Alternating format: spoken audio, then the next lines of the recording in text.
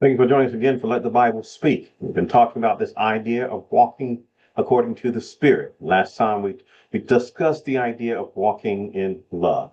And those who profess to be Christians, those who profess to be of God, and many out there do, then they must be walking in love. And we sort of keyed in on 1 Corinthians 13th chapter, which sort of gives a listing of the things that love does, and then it gives a listing of the things that love never does. And so a person has to examine themselves in light of the scriptures.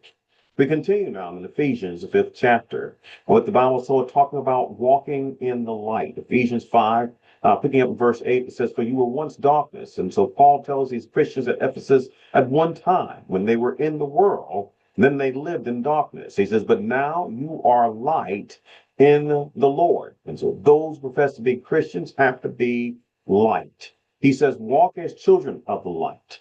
He says, "For the fruit of the Spirit is in all goodness and righteousness and truth."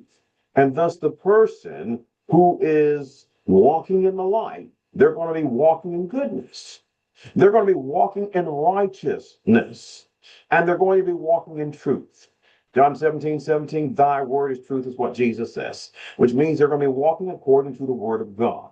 But not only that, verse 10 of Ephesians 5, he goes on to say, they're going to be finding out what is acceptable to the Lord. I want to do his will.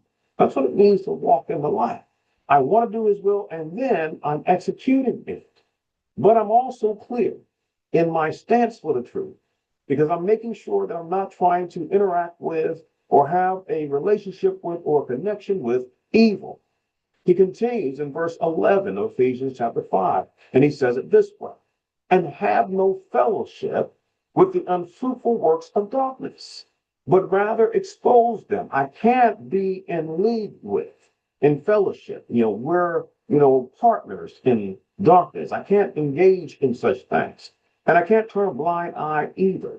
I'm still called by God to do something a little more challenging. And that is, he says here, you expose them. He says, have no the fellowship with the unfruitful works of darkness. He says, but rather, or instead, you expose them. For it is shameful even to speak of those things which are done by them in secret, but all things that are exposed are made manifest or revealed by the light. Whatever makes manifest is light. And he says to Christians, that's who you're supposed to be. You're supposed to be light.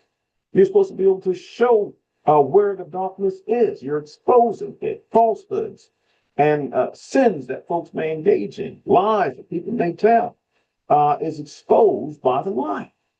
And that's who God-fearing people are supposed to be. In Matthew, the 5th chapter, verses 14 through 16, Jesus' words to his disciples rings out this idea that they were supposed to be light. He says, you are the light of the world.